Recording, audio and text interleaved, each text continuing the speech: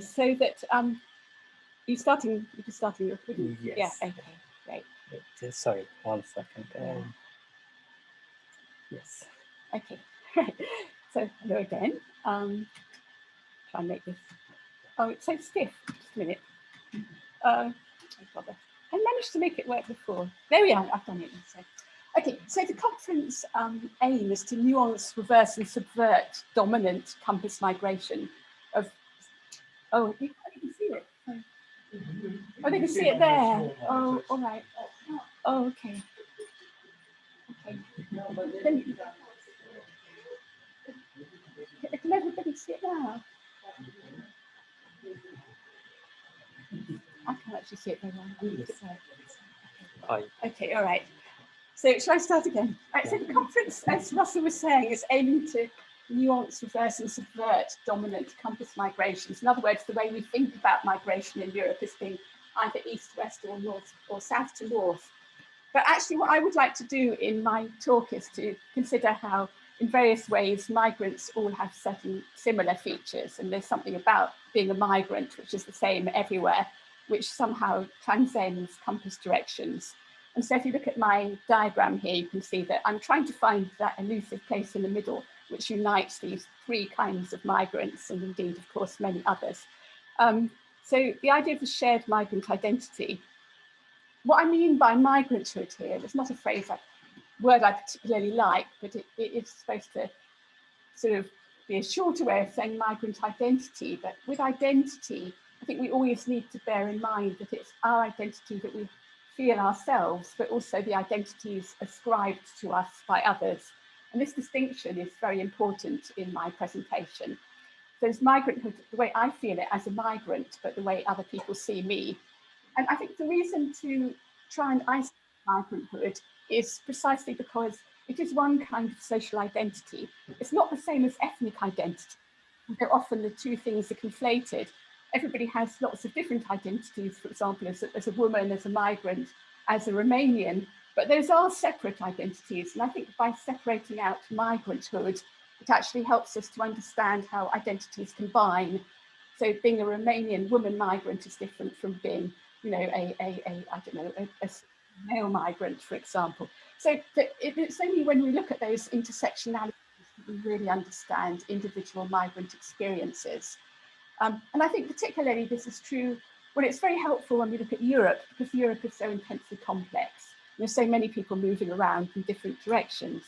And this recent article in Journal of Ethnic and Migration Studies just shows some of that complexity in a kind of nice diagrammatic way. Of course, it's partly about motivations, about the fact that people in Europe can often have very mixed motives for migrating. I'm not so sure about the typologies there. Of course, they do exist. You have student migrants, family migrants, etc. But very often people just have a mix of motivations, don't they? And also they're going in very different directions. There's this intense mobility, and it's also very dynamic. So if you look at the diagram, you can see that, for example, you know, the UK becomes a major destination. So there's lots of stuff going on. How do we make sense of it? Well, you know, we as migration researchers have our conceptual tools, which are, which I'm going to come on to in a moment. But before then, I just want to say, well, are these actual migrants? Because clearly the EU refers to mobility and mobile citizens. So you might say, actually, a lot of the people that were on that chart shouldn't really be described as being migrants, particularly if they're professionals or students or whatever. They're not really migrants. And this could be, by migration researchers, they're less likely to write them off, but still they might somehow want to write them off on the grounds that they're too privileged. So somehow at the back of our minds, often there's the idea that people who are super privileged are mobile and not migrants. But I think what's interesting is that as soon as you look at any research about professional people or students, you find that they have exactly the same kinds of issues, maybe not to the same degree, but they are experiencing many of the same things that other migrants also feel. So in this, this lovely doctoral research by Ilva Valinda, his colleague Roxana is here, who talks about an immigrant light, which is quoting one of her interviewees in the bubble here on my slide. In reality, you're a light version of an immigrant light. You look like Germans, speak the language and so on. you're still an immigrant, because somehow, you know, if you're migrants, you're still somehow a migrant, however light you are. So I think that in order to understand all this intense sort of complexity that's going on in Europe, it's obviously we just use the tools that we have, which are standard conceptual tools of integration, transnationalism, and mobility. But I want to suggest, you know, maybe a sort of, well, the way I find helpful to use them as conceptual tools for making sense of individual migrants' lives and the whole thing. So I think most of us probably would agree since the 1990s that, you know, most migrants in some ways, you know, find mobility and transnationalism relevant, even though they never use those terms. And we would also agree that some people are more mobile and some people are more transnational. So it follows that somehow everybody is on some kind of continuum in various ways, so that migrant A may have a very strong transnational identity, but not be particularly mobile, for example. And if we start comparing our interviewees, often I think we have a sense that they somehow fall in different places on these continuums. And the continuums that I've mentioned here, for example, is some people are less mobile, or they have fewer or more transnational practices. At any given point in time, you can locate them somewhere. And I think it is quite an interesting intellectual exercise, and it helps me somehow understand my interviewees without necessarily creating typologies. So I've got an example here of somebody I just interviewed, because I was privileged enough to be able to do some field work in September. And I'll tell you a bit more about that work later. But so Tomasz, I interviewed in this smallish town in Poland. He's somebody who had been working in Sweden, so it was a very short kind of migration from Poland to Sweden. And that was the only place he'd ever worked. And he'd only been there briefly about 2 years. So I think those are very important points in his career that I needed to establish, so the extent of his mobility. But then talking about his transnationalism, that was quite interesting, the transnational relations. He was very, very closely in touch with his friends and family in Poland the whole time. So he scored very high on that, and that helps explain why he returned. But one thing he said to me that was really fascinating was that he got very frustrated because every time he went back to Poland, he tried to, you know, found a girlfriend, but then his relationships never lasted when he went back to Sweden. So somehow the transnational ties there didn't quite work out. So that was also part of his experience. So it was like, he did have strong relations transnationally, but not quite strong enough. And his transnational practices, he was going back home a lot. And he was also speaking Polish a lot in Sweden because he was working in the forests with other Polish foresters, although he didn't really identify with some of them because they were quite a lot older than he was, very hard drinking. What's very interesting, he didn't identify at all with Sweden. He had no transnational identity. And as I've quoted here, I hope you can see it, I quickly realized that living abroad for a longer period wasn't for me. And deciding to return to Poland was the best decision of my life. I'd happily return for 2 or 3 days to the little town where I was in Sweden to show my current fiance where I worked and what I did in the forest. Although I know you should just say, oh, a forest. Okay, we have forests in Poland too, because there was nothing special there. Okay, so that for him, Sweden was nothing special. So that's just a little vignette of it. And you see the way I've organized my thoughts about him, you know, according to these various continuums. I'm going to slow myself down by reading everything on the slides, but I can see that some people can't really see them very well, can they? So I will do that if that's okay. Okay, so transnationalism and mobility, I think we would probably all agree are fine. Integration, I know a lot of people don't like that concept anymore. I actually still like it, as I'm going to explain in a moment, but we could use other terms as well. But still, in order to understand our migrants, we do need to understand that triad, don't we? Somehow it's relevant how they relate to the receiving society. And so we have to know, for example, that Tomasz was very lonely in Sweden, that he had very weak social ties with Swedes, poor living conditions, being out there in the forest and doing a dangerous and dirty job. So essentially, if we're going to use the term integrated, he wasn't very integrated along various dimensions.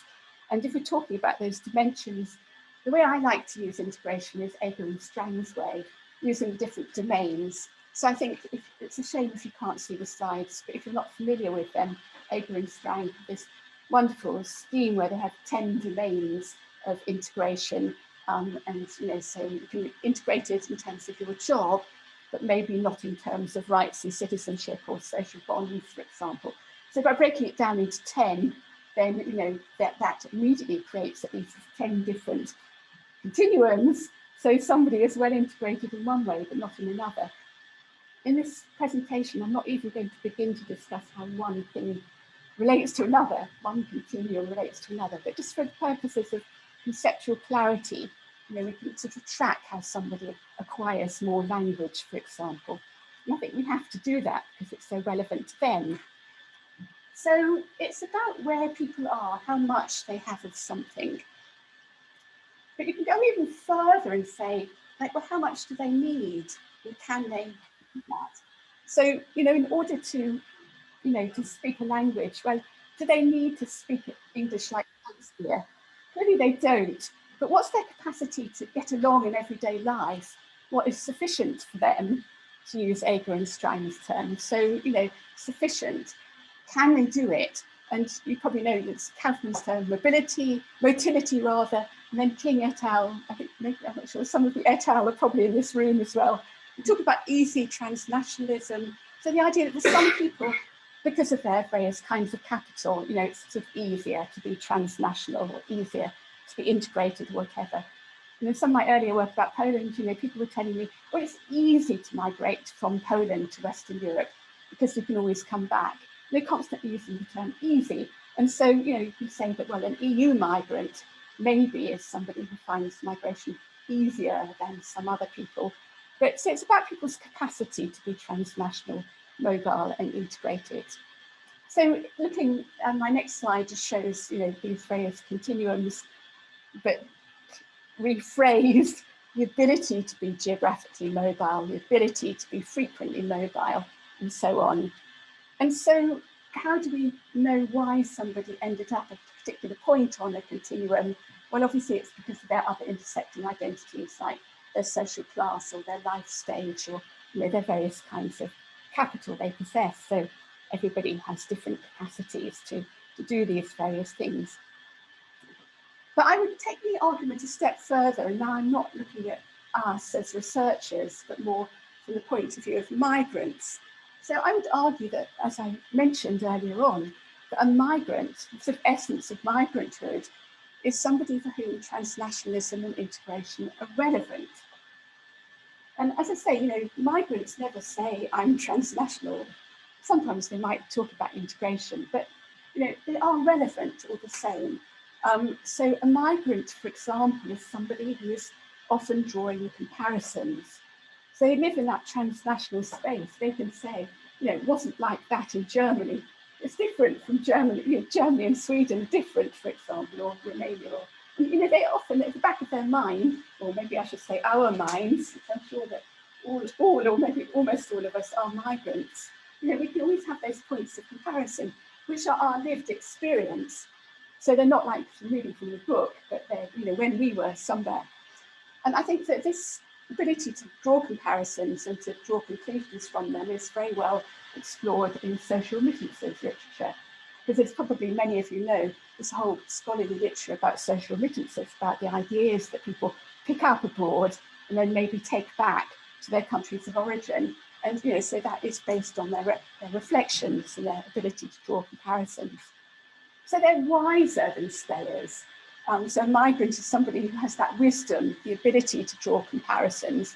Of course, they can do it in an emotional way. It's not necessarily objective and grounded on fact, but they're prone to drawing comparisons.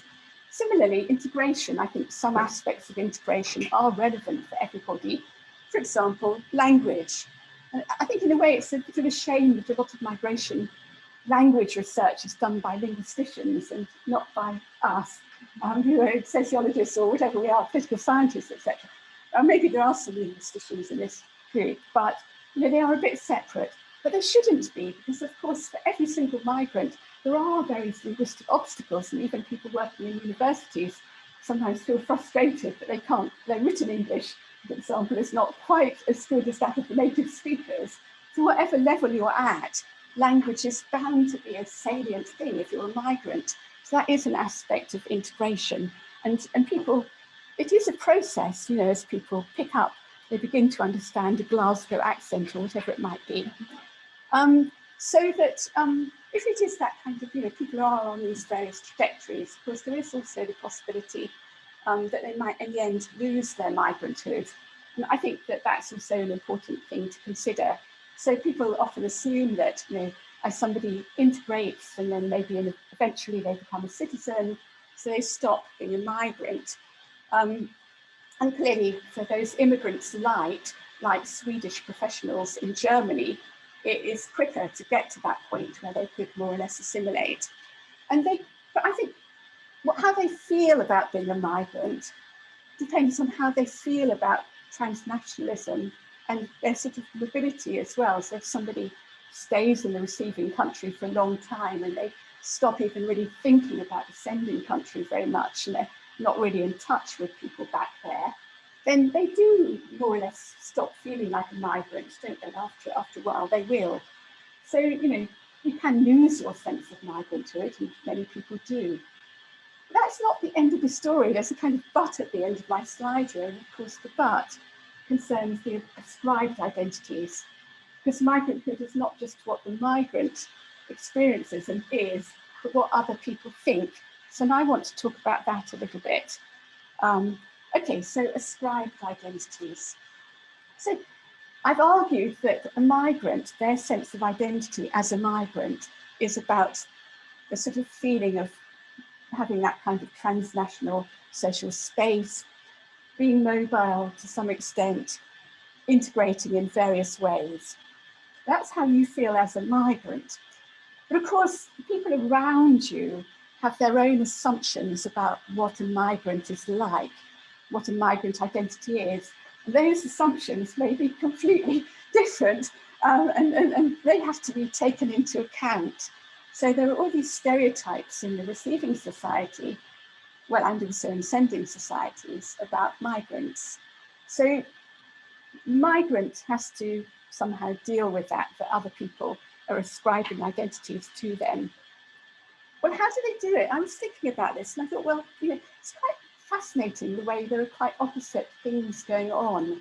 So one way in which receiving societies react and the way they think about migrants is they downplay their otherness. So there are sort of assumptions that some people are not really migrants. And when I teach this sort of thing to my students, we have 2 or 3 weeks where we discuss the idea of being not really a migrant. So the idea that these students, for example, are not really migrants, and that therefore, you know, don't really need to, for example, make much policy for integrating EU mobile citizens in other EU countries. They're not really migrants. So there's that which can be quite damaging and harmful and not really reflect how the individual migrant feels themselves. Another thing that I hear quite a lot in my own research is about shared Slav identity. So if you're Ukrainian in Poland, oh, everything must be fine because you can easily pick up Polish. If you don't pick up Polish, there's something wrong with you, sort of thing, you know, because it should be easy for you because, and you're a Slav, so you sort of understand, you know, I don't know, the mentality, a word I hate and never use. So that, you know, there's this kind of exaggerated sense of, you know, sort of dismissing or downplaying otherness. But of course, it often happens exactly the other way round, that the migrant is strenuously othered. And Bridget Anderson has written brilliantly about this in her book, Us and Them. And of course, the image of the labour migrant is very othering. So if people assume that, for example, you know, a Ukrainian is going to be a labour migrant, then they immediately have all sorts of preconceptions and snobbery coming in. And this then plays into this sort of orientalising and stereotypes about East European backwardness. And of course, East is always somewhere further east. So, you know, for a Ukrainian in Poland, Ukraine is East and Poland is Europe or the West. And for a Pole in the UK, they're regarded as being Eastern. So the orientalising is a part of it. So it works in both those ways. And I think this is basically down to everybody's sort of love of creating ethnic hierarchies. So being a migrant, what is migranthood? it's somehow being a victim of ethnic hierarchization. I could put it like that. The ethnic hierarchies abound everywhere, and they help people make sense of migration.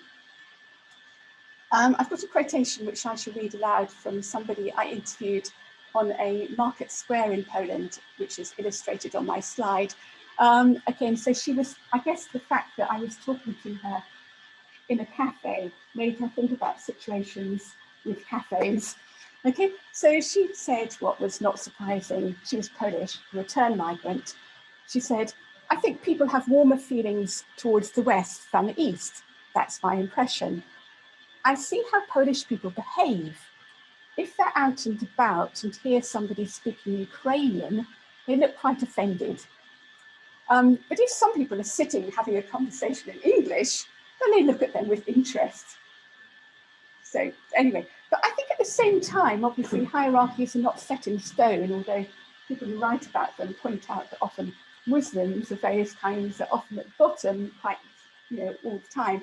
But nonetheless, there can be changes, like as some West Europeans, for example, suddenly realised that they were being othered after the Brexit referendum.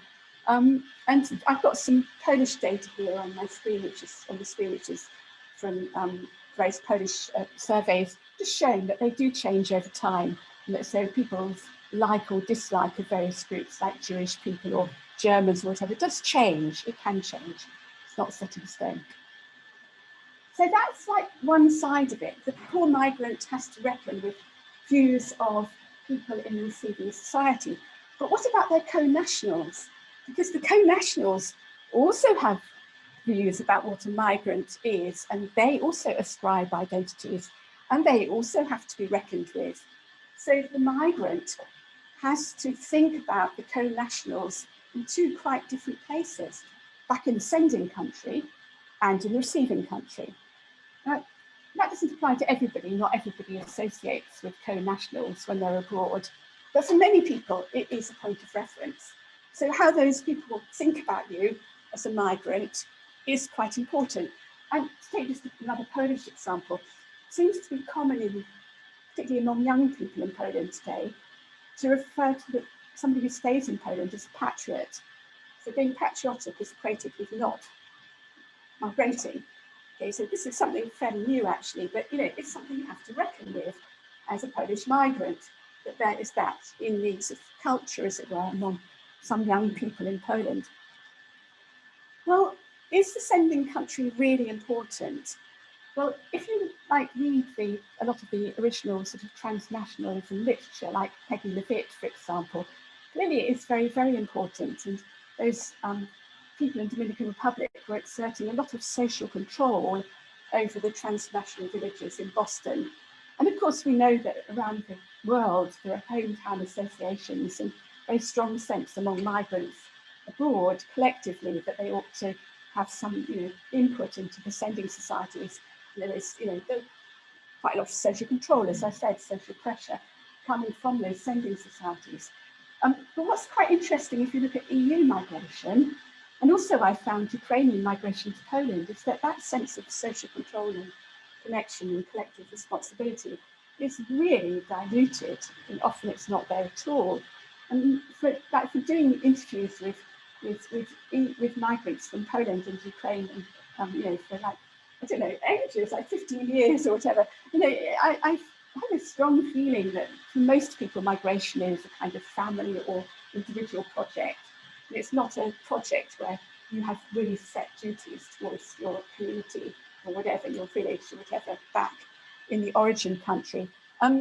So this transnational aspect of their lives is fundamentally rather different. All the same, there is some kind of social pressure going on, however diluted.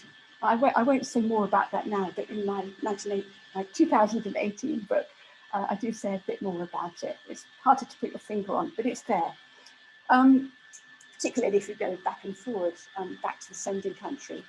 What about the diaspora? Well, the diaspora, if there is such a thing, as we know, is often much more concerned with the receiving country, particularly if, again, we're looking at like Europeans in Europe. But there could be, to some extent, some kind of social control, I suppose, exerted in that direction, or some conventions about what a migrant should be like. But at the same time, I think for many populations of migrants from Europe, in Europe, this doesn't really happen very much because simply the populations are so large. So if you take, for example, the Romanian population in the UK or the Polish population, it's totally, so diverse. It consists of all sorts of people, and there can only be like subgroups within that. Elsewhere, I've written about Polish society in the UK. I mean, it's so socially stratified, people of every age, etc., etc. So it's not just, it's so simple, like a village is exerting social control, but so there are lots of different models of being a migrant. But at the same time, it is still relevant somehow, like these divisions, like, don't call me a labour migrant, I'm a Polish professional in London, so clearly there are these stereotypes and things are relevant. Michał Baraki has written about that very convincingly. Now the final part, and I think I will finish in about sort of 10 minutes maybe, so I hope that's okay. So I did some research, well, I am doing some research at the moment, which looks at how migrants draw parallels between their own experiences and other migrants. So my project at the moment is called, roughly, Poland as a country of emigration and immigration. And although I don't like the terms emigration and immigration, the term country of immigration, for example, is sort of standard, and it goes nicely in Polish. But the idea is that, well, obviously countries do find themselves in a situation where they become countries of immigration. But what's very interesting in Poland is that it's kept its identity as a country of emigration. So the two things are happening simultaneously. And so therefore it's quite interesting to see how that's experienced, both by Poles and by people coming to live in Poland. And I'm doing my research in 3 medium-sized towns with about 100,000 population.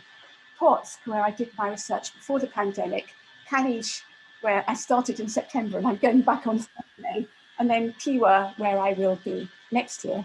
And I'm doing about 50 interviews in each city, and they're Polish return migrants, but also various foreign people in Poland. And these are mostly Ukrainians, because that's by far the largest group, maybe like 2 million or whatever of them.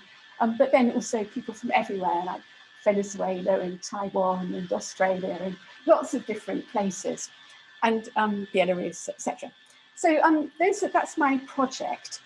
But one of my research questions is how the fact that Poles have been migrants, these Polish return migrants, how that colours their experiences and attitudes towards immigration into Poland.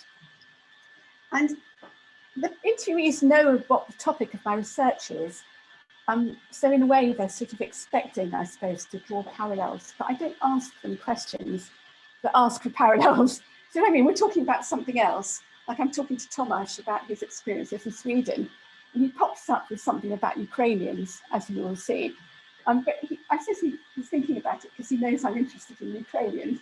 But at the same time, I think it does show something about the way that people think about these. They apply other people's experiences to their own. So just to show you quickly the places, so you can't see the map, but these 3 cities are all in central and northwest Poland.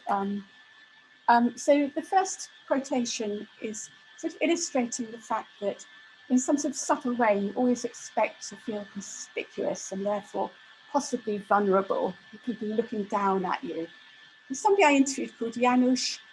So he was telling me, I asked, I think something like, oh, do you notice more Ukrainians in Kalisz nowadays?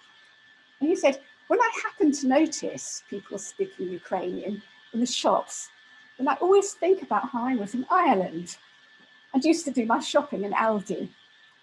I'd be there, for example, with my friend and we'd be speaking Polish, but I'd be conscious of how people standing behind me in the queue were feeling. So I said, well, how do they feel? And Janusz said, oh, I don't know, like, oh, they're Ukrainians, they've come here to work. Or, oh, Poles, they've come here to work. So, you know, it's a bit of snobbery about labour migrants going on here. He doesn't know. You can't even see because they're behind him in the queue. But you can sort of feel, and so that he makes that parallel. And then go back to Tomasz, my man from Sweden. So there's always that feeling you're not at home. If a Swede finds out that you're from Poland, he'll be fine about it because Swedes are, let's say, in colloquial language, they're laid back people, but they're not that nice. And when they know you're Polish, they immediately start treating you differently. Unfortunately, that happens here too. Since I'm sure you will be talking to people from Ukraine, I don't know if they can spot it, but we look at them a bit differently because they come here to work. We complain about how bad things are here in Kalisz, so that we need to go abroad to work. And if someone comes from another country to work in Poland, that country must be really, really bad. So yeah, so just a footnote, this is not about parallels, but just to illustrate that this actually does happen. I couldn't resist showing you a little bit of one of my interviews with Ukrainians. So there were two guys here, Tomasz, who was speaking Ukrainian, and Vadim, who was speaking Russian. So they like Warsaw and they don't like Kalisz. So Tomasz says, Poles in Kalisz are less friendly to Ukrainians from what I saw. Vadim, they are a tiny bit prejudiced. And do people say anything? Vadim, you can tell by their behaviour. They seem displeased when we start talking Ukrainian or Russian. They begin behaving like that. Tomasz, they think that since we came to Poland, we should speak Polish. And did they tell you that? Tomasz, no. Vadim, you just have that feeling. So people, you know, these things, obviously, again, I'm sure that most of us have been through these experiences of feeling conspicuous and worrying and all the rest of it. Probably, you know, some people more than others. So being a migrant is precisely about having those experiences. So just to conclude then, so migration within Europe today is complex and multi-directional. And to make sense of it, researchers turn to the concepts of mobility, transnationalism, and sometimes integration. So I know we study this all the time because it's really interesting, but they are also conceptual tools, aren't they? Simplifying things for us. And I think a good way of doing that analysis is to think about each migrant as being at a particular time located on various mobility, transnational and integration continuums. So for example, they might start off with and engage in more transnational practices, and then they sort of scale those down a bit. So they, you know, but you can see them at different stages, being different, sort of, you know, doing more or less transnational things. Or as I've also mentioned, it's about their capacity. So people are located differently in terms of their capacity. So it was easy for Tomasz to flit back and forward between Sweden and Poland because he had the money and it's quite close, but it obviously it's much harder for somebody to flit back and forward between Syria and the UK or whatever, you know, so, but I mean, but still, you know, so it is about ability to do something as well. Third point, migrants have lots of different social identities. So migranthood is just one of those social identities. And it's about the intersections, isn't it? It's about social class and all sorts of things. And one of those other identities is being East European, to bring us back a bit to the sort of main conference theme. And that can be quite disadvantageous in various ways. So migrants themselves never talk about transnationalism or rarely about integration. I don't think they often talk about mobility either. But we as researchers see that they're core aspects of migranthood.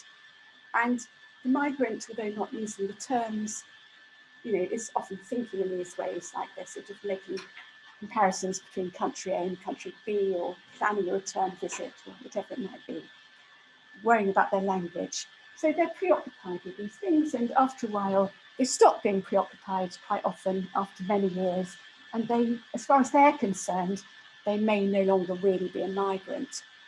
My mother, for example, who lived in England from 1950 until 2019, was always complaining right up until almost before she died. People always look at me as if I just came off the boat. No, but she'd been there for almost decades, and she didn't feel like a migrant at all. But you know, people regarded her as if she'd just come off the boat. So migrants have to reckon with how people ascribe identities to them. These other people are the co-nationals and also the members of the receiving society. And particularly in the receiving society, though not only, there are strong ethnic hierarchies, which are social constructs, which mean that, for example, a lot of people are anti-Semitic or whatever it might be. So that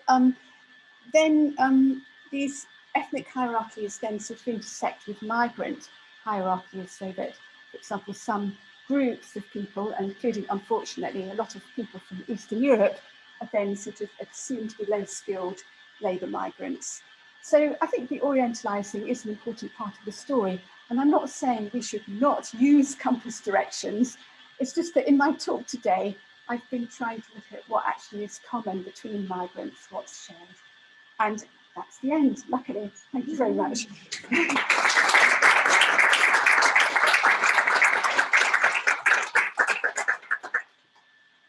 Okay, Anne, thanks for a truly wonderful introduction to our conference. I mean, I love the way that you managed to combine some strong theoretical statements at the beginning of your talk with some fascinating empirical material, and then at the end, how you brought the two together in kind of linking up and in sort of conversation with each other. And also you've managed to enable us to recoup a bit of time. So, yes, I was rushing a bit, I'm sorry about that. Yeah, we have 5 minutes or so for questions, and maybe even 10 minutes if we just encroach a little bit into the coffee break. So who would like to kick the ball off? Yeah, Darby. Thank you so much. That was really fascinating. And one thing I really liked was the empirical material.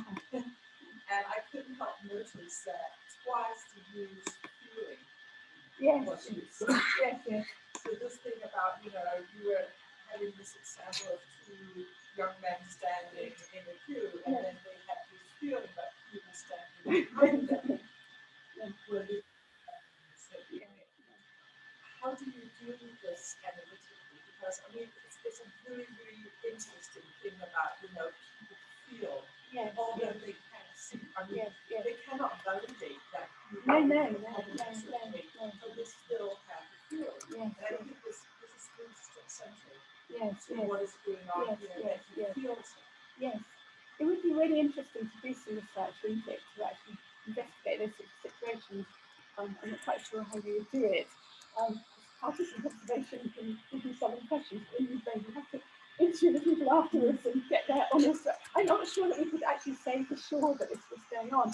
What is interesting me in my research is not whether it was true or not, but the fact that this is, if a Polish person is asked to think about migration into Poland, that they immediately then remember how they felt when they were in Ireland, or how they felt when they were in Sweden.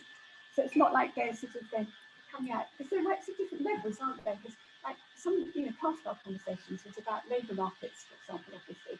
So another part of the interview I didn't show you, we've been talking about whether, there are many Ukrainians because Poles don't want to do those jobs, and there's that all sort of level of, of the way that, becoming a country of immigration works, and you can talk about that in a fairly objective way, I guess, that there are vacancies or not. So they could have, and they did in other parts of the interview, talk about those objective things. But then here, it's just this kind of emotional kind of response. And what's very interesting was when this just sort of happened in quite a sort of spontaneous way. So I think my opening question was usually quite an open one, like, just hope you do notice that there are more Ukrainians about. And then I would usually say, and do you see them? Can you spot them? And then it was the question, maybe it was the use of my word, do you spot them, that triggered this stuff, but whether you can spot somebody, whether you can be spotted yourself as a migrant, and do you know that somebody has spotted you as a migrant, So I don't know. Yeah, I'll stop there. There's a lot more I can say, but I do agree that feeling is a really, really interesting.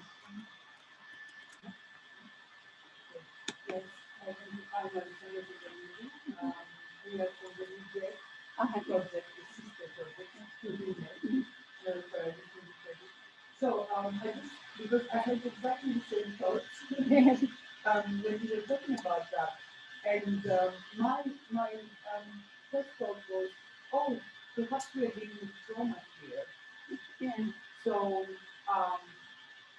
if I'm not, I mean, I'm not a psychologist, but I believe that there is this process where, you know, some people perceive reality linked to how they feel like. Yeah. So perhaps this might show a much more internal process linked to how they view it or how they view migrants in their own countries, and now linking it to their own role abroad. Oh, that way round. So Okay, it yeah. might be, I don't know, just an idea. That could very well work in some pairs of countries, thinking back to those pairs of countries shown in the diagrams at the beginning. I think in this case, not quite, because somebody going, for example, from Poland to Sweden, it's not coming from a country, I mean, when they migrated, they weren't coming from a country where there were many immigrants. It's all the other way around, yeah, so I wasn't referring to the country. yes, yeah. But they wouldn't So- have that kind of experience from knowing about other immigrants in their home country, because the home country didn't have immigrants. Mm. But they could have had trauma of various kinds. I mean, I would give you an example. So, for example, in Greece, Yes. the older way, Yes, yes. there's people going like gastarbeiters. Yes. So the term gastarbeiter Yes. sometimes is used in a derogative Yes, way. right, Oh, okay, they're yes, gastarbeiters, yeah. While, I don't know, we have always been here. Yes, And then you become a migrant. yes. And you kind of like move it back. Yes, oh, and historically, yes. Yes, definitely.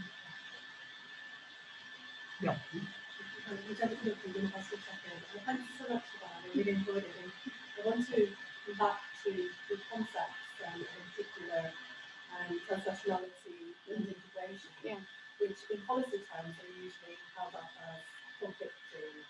Well, sometimes, yes. But I was going to give you a really rich empirical material and shed any light on how migrants, whether what is migrants talking about their own experiences or talking about other migrants, how they construct that relationship between transnationality and integration. Okay, so you asked me to do a whole, something I deliberately avoided doing in my talk because it was a bit too complicated to start talking about how the two things relate together. But clearly they do, obviously they do, in all sorts of ways. And I think if politicians, for example, talk about integration and transnationalism as being odds, then they can only do that by using a very poor and vague kind of concept of integration, can't they? And for me, integration has no meaning in that kind of overall general way. I don't see how those domains can really be brought together for most purposes. They are quite separate things. So I think if you look at each of the individual domains of integration, then you can see how they relate to transnationalism, for example. Because, I mean, for example, we talk about, I don't know, social bonds, for example, as you acquire more social bonds in the receiving country, then maybe your social bonds are likely to become weaker with the sending country, to take a very simple example.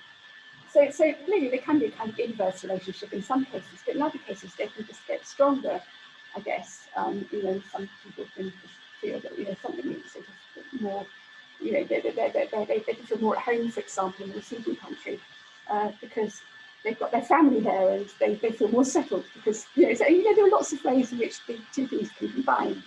But I'm not, at the moment, I mean, obviously, one can think about that, and probably at the end, if you sort of analyse a particular migrant, put them on all those different sorts of continuums, in the end, you might have some sort of overall impression of how the different sort of aspects of interrelate. But I'm just, like, first step, and maybe I'm saying this because I'm analysing my data at the moment, just as a first stage, I think it's actually quite interesting to separate out different things. And notice that I do separate out transnational identities practices and what else I think, social relations. But I mean, there are lots of other aspects of, that was just because there's limited space on the slide, isn't there? So transnationalism, if we're going to use that term, is also highly complex, different aspects of it. It's like, they don't exist out there. There's no such thing as transnationalism. End of, they're just ways of looking at the world in a sort of transnational way, aren't they? Ways of looking at social reality. So it's not like I'm saying that we have to always look at first transnationalism and then integration, but we have to look at different sorts of transnational or integration things or domains and then sort of see how they're relevant in the lives of migrants, but very importantly, we have to see how individual people think in those terms without actually using the words themselves. And we also have to see how other people around them may have like other ideas about who they are. Like the second thing about integration is really interesting. The idea that Ukrainian and Poland ought to integrate and they ought to speak Polish. So, you know, like a person in the civil society probably has often a very simplistic idea about what integration is. They don't really think about those domains when they just think it's a kind of moral duty on the migrant, particularly labour migrants. They're usually the ones who are to blame for everything. So it is relevant to the labour migrants thinking that they ought to be speaking Polish. Maybe one more question, then I would. Sorry. And we have an online question. Oh, right. So maybe we take all those together. Yes. Okay. Let's take a round of questions. Okay. So I think on online, should I read? Yeah, Charlotte asked how about Okay. So is this the whole question from Charlotte? Yes, that's the one. Okay. Yeah. So I'm going to read this question from Charlotte. Hi, Charlotte, by the way. How much have class a role to play in feelings of otherness, or how the majority are othering in the Polish and British society, according to your studies? I think class is extremely important. Though again, it's one of those concepts that we want to break down into different component parts, I guess. I think class is like almost the most, or one of the very most important ones.